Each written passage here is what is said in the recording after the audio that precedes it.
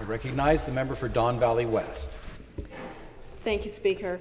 It's an honor to rise today to pay tribute to Marion Boyd, who sadly passed away in October 2022 at the age of 76 and was MPP for London Centre from 1990 to 99. To describe Marion Boyd as anything less than a trailblazer would not be doing her justice.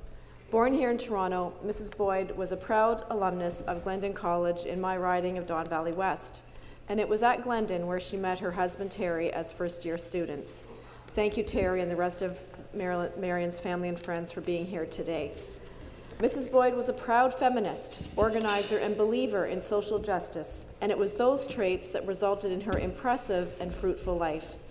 As an administrator at York University, she was successful in organizing the first union contract for faculty members.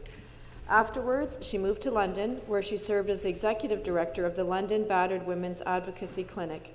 In that role and in many other projects, she fought tirelessly to support women facing abuse, a cause she would continue to fight during and after her political career.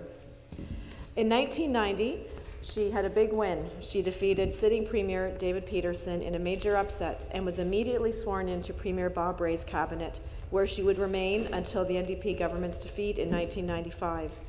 She was first appointed Minister of Education before serving as Minister of Community and Social Services. But of course, she's most well known for being the first woman to serve as Attorney General. For most of her time in Cabinet, she also served concurrently as the Minister responsible for women's issues. Her most famous moment, of course, was Bill 167, the Equality Rights Statute Amendment Act, which would have enshrined rights for same-sex couples similar to those of straight ones.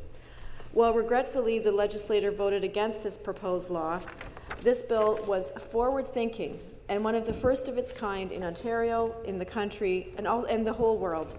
And I commend Mrs. Boyd for taking the initiative to do what was right and stand up for the LGBTQ community, even though this position was unpopular at the time. That kind of resolve is what inspires me, and I'm sure many of us still sitting in the chamber today. When the NDP government fell, Mrs. Boyd retained her seat and dutifully served as her party's critic for justice and Native issues until her loss following redistricting in 1999. Today we remember Marion Boyd for her tenacity, her spirit, her commitment for committing to fight what is right, and I thank her friends and family for joining us here today to honor her and her illustrious life. Thank you.